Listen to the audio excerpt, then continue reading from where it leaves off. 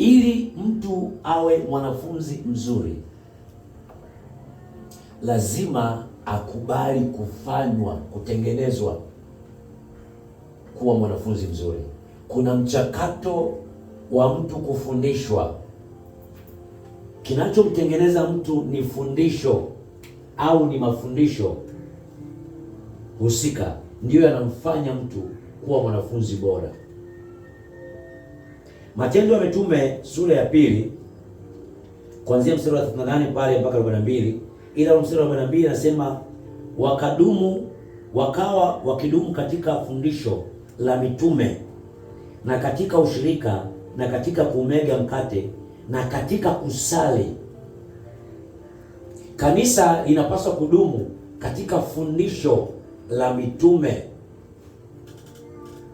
Kuna mambo ambayo kanisa linapaswa lishirikiane, ikiwemo kumega mkate, mambo ya kijamii ya kutuunganisha kwa pamoja.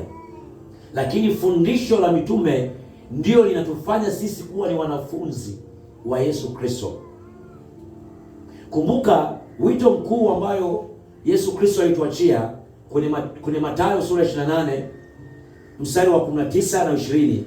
Anasema, mkawafanye watu wa mataifa kuwa wanafunzi wangu, mkiwafundisha habari za Yesu Kristo. Kwa hiyo watu walipozisikia habari za Yesu Kristo, na sio habari za watumishi wa Mungu, na sio habari za vitu. Ametangulia kusema mnenaji wa kwanza, mtumishi Grace, tukikosea kuwafundisha watu habari za mkombozi Yesu Kristo, tutatengeneza wanafunzi wa kitu kingine watakaobeba roho nyingine. Lakini wakiwa wanasikia habari za Yesu Kristo, watakuwa ni wanafunzi wa nani? Wa Yesu Kristo.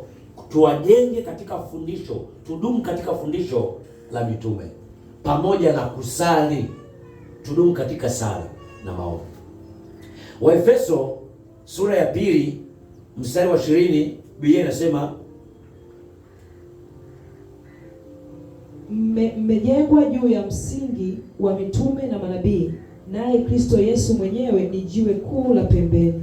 Mtume Paulo analiambia kanisa, mmejengwa juu ya msingi wa mitume na manabii, na Yesu Kristo ndiyo jiwe kuu la pembeni, ikimaanisha Yesu Kristo ndiyo msingi mkuu, lakini tumejengwa katika fundisho la mitume na manabii.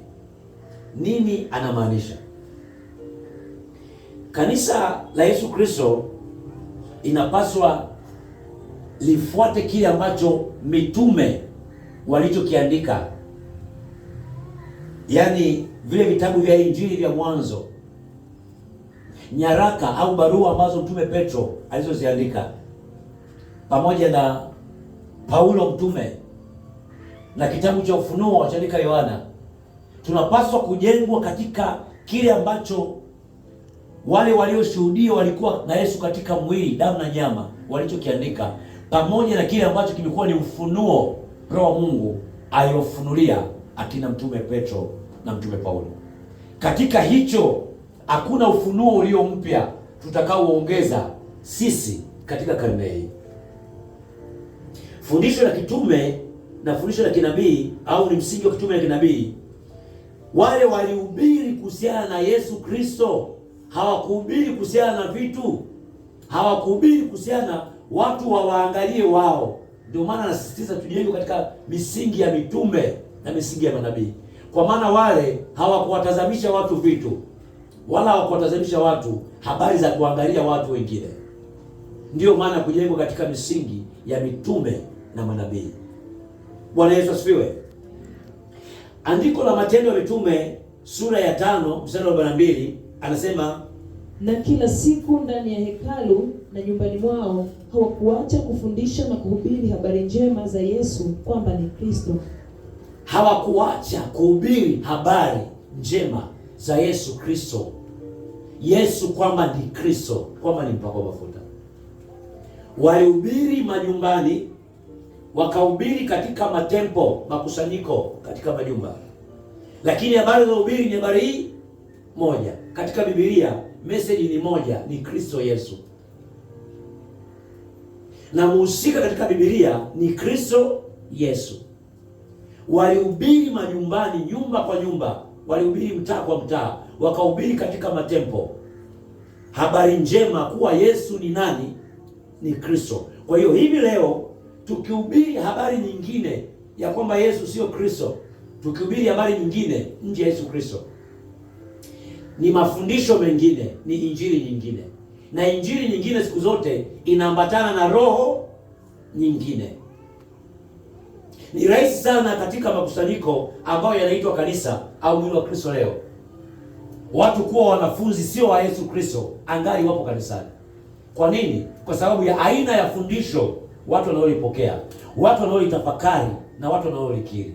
Fundisho lolote ile ambalo alisemi Yesu ni Kristo, fundisho hilo halimfanyi mtu kuwa mwanafunzi wa Yesu Kristo.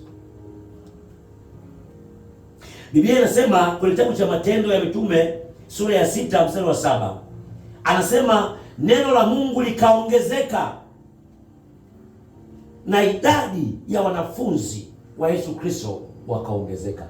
Kinachoongeza watu na kuwafanya kuwa wanafunzi ni lile neno linalohubiriwa lenye msingi wa mitume na manabii. Neno la Mungu likaongezeka pamoja na wanafunzi wa Yesu Kristo wakaongezeka kupitia neno la Mungu linalofundishwa. Leo hii shetani anaweza karuhusu watu wakae kanisani wakamsifu Mungu, wakarukaruka na kucheza na kufanya kila aina ya drama, lakini shetani vita yake kubwa ni mtu asiwe na msingi wa ufahamu au maarifa ya Mungu. Maana kuangamia kwa mtu kunatokana na sio kukosa maombi wala sio kufunga. Kuangamia kwa mtu kunatokana na nini? Hosea 4:6, kukosa maarifa sahihi ya Mungu. Na hawa ni watu wa Mungu wanaoangamia. Yesu Kristo baada ya kutoka kufunga siku 40 usiku na mchana, alimshinda mjaribu shetani ibilisi, sio kwa sababu alikuwa ni mpakwa mafuta, ni kwa sababu alikuwa na maarifa sahihi yeye ni nani. Atumshindi shetani ibilisi kwa namna ya jitihada tunazozifanya, lakini tunamshinda kwa maarifa sahihi tunayoyapata yenye kutupa utambulisho sahihi sisi ni nani mbele za Mungu katika ufalme wa Mungu. Shetani anamwogopa mtu ambaye anajitambua utambulisho wake yeye ni nani mbele za Mungu. Bwana Yesu asifiwe. Nisikize vizuri. Sababu ya Mungu kuvaa mwili na kuja hapa chini ya jua, sababu kubwa ipo kwenye Wakorintho wa pili pale sura ya 5 mstari wa 18 hadi 20.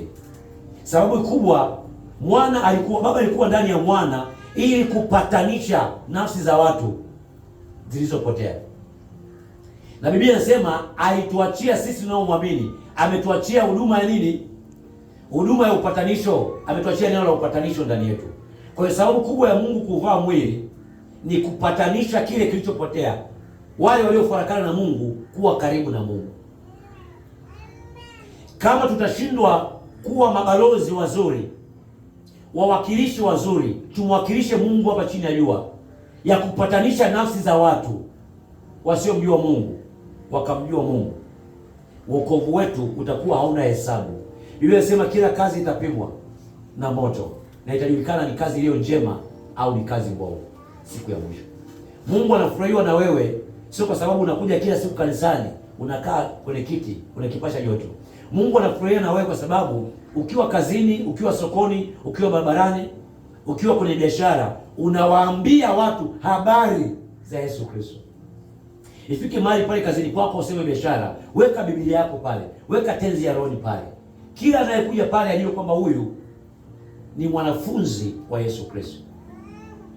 Watakuja watu na Mungu atakutumia, utatumika pamoja na Mungu kwa sababu unaonesha ile jitihada ya kutamani, ya utayari, umekuwa hodari ya wewe Mungu kukuamini, kukutumia kwa ajili ya watu wengine.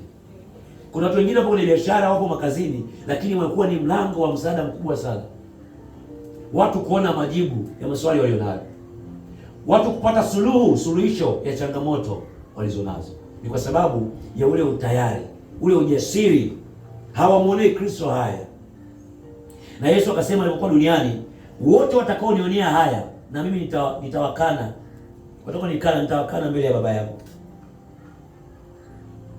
Matendo ya Mitume sura ya 8 mstari wa 5, tunamwona Filipo mtume anateremkia anateremka, anaingia mji wa Samaria, anawahubiria watu kuhusiana na Kristo.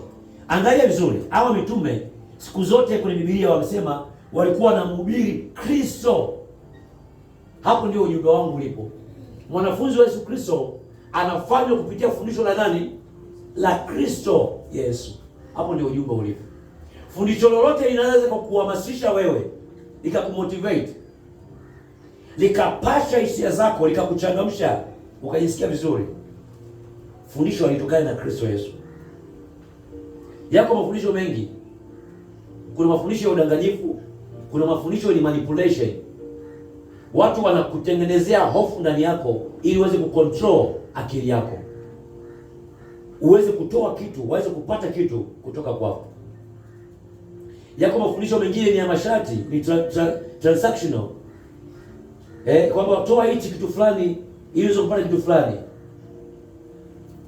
Yako mafundisho mengine ni stories. Zipo watu wengi wanapenda stories, kuzimu kukawa hivi, kuna aina fulani ya majini, yaani watu wana hadithi nyingi sana za giza kuliko hadithi za nuru ambaye ni Kristo Yesu. Wewe una base, una focus kwenye fundisho lipi? Fundisho la Kristo ambao likiingia ndani yako utaiona nuru, utaona uzima. Maana fundisho lote ambalo unachukua muda mwingi kulisikia na kuingia ndani yako na kuitafakari ndio linaleta matokeo ndani ya nafsi yako, ndani ya